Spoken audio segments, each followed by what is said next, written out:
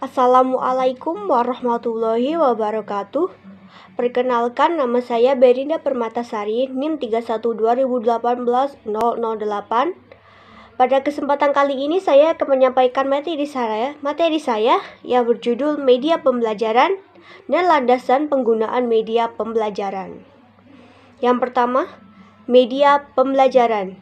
Media pembelajaran adalah alat bantu proses belajar mengajar yang dapat digunakan untuk merangsang pikiran, perasaan, perhatian, dan kemampuan atau keterampilan pembelajar, sehingga dapat mendorong terjadinya proses belajar. Media pembelajaran ini terbagi menjadi 3 jenis.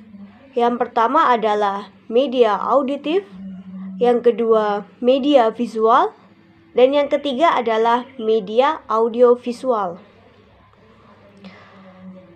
Media pembelajaran ini meliputi yang pertama luas dan serentak, yang kedua terbatas ruang dan waktu, yang ketiga bertumpu pada untuk individual. Bahan dan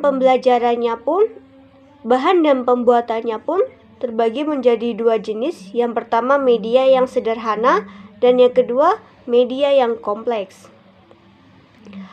Fungsi dan manfaat media pembelajaran sendiri yaitu yang pertama membantu memudahkan belajar bagi siswa dan juga memudahkan pengajaran bagi guru.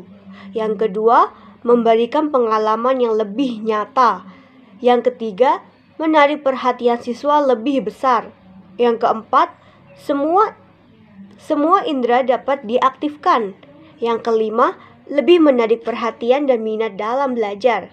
Yang keenam, dapat membangkitkan teori dengan realitanya. Landasan penggunaan media pembelajaran. Yang pertama terdapat landasan psikologi. Ialah alasan atau rasional mengapa media pembelajaran dipergunakan, ditinjau dari kondisi pelajar dan bagaimana pelajar itu terjadi.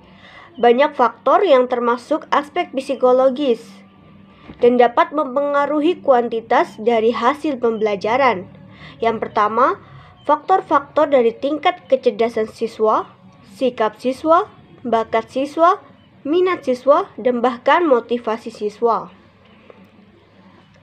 Yang kedua, terdapat landasan teknologi. Dalam konteks pendidikan yang lebih umum atau hanya proses belajar mengajar, teknologi pendidikan merupakan pengembangan penerapan dan penilaian sistem, teknik, dan alat bantu untuk memperbaiki dan meningkatkan kualitas hasil belajar manusia. Yang ketiga, landasan empiris.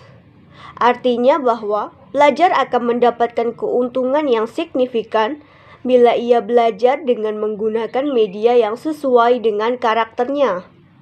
Siswa yang memiliki tipe belajar visual akan lebih memperoleh keuntungan bila pembelajaran menggunakan media visual, seperti gambar, diagram, video, atau film.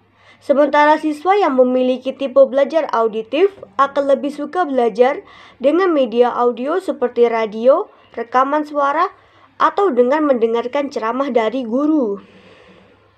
Yang keempat, landasan filosofis. Konsep pendidikan secara filosofis mirip dengan pendidikan klasikal, yaitu bertumpu pada asumsi bahwa model pendidikan itu hendaknya merupakan suatu bentuk atau contoh utama dari masyarakat yang lebih luas sebagai hasil karya pendidikan. Dengan demikian, maka dalam konteks masyarakat yang lebih luas, titik berat penekanannya ditunjukkan pada dimensi-dimensi kecenderungan untuk timbulnya masyarakat teknologi. Yang kelima, landasan religius. Dalam masalah penerapan media pendidikan agama, harus memperhatikan jiwa keagamaan peserta didik. Oleh karena faktor inilah yang justru menjadi sasaran media pendidikan agama yang sangat prinsipil. Pendidik mesti memperhatikan serta memahami perkembangan jiwa anak atau daya pikir anak. Dengan ini, selain kita membentuk karakter anak yang cerdas, kita juga mendidik anak-anak untuk dapat menjadi mengerti agama. Sekian materi dari saya yang saya sampaikan. Apabila ada salah kata, saya mohon maaf. Saya akhiri. Wassalamualaikum warahmatullahi wabarakatuh.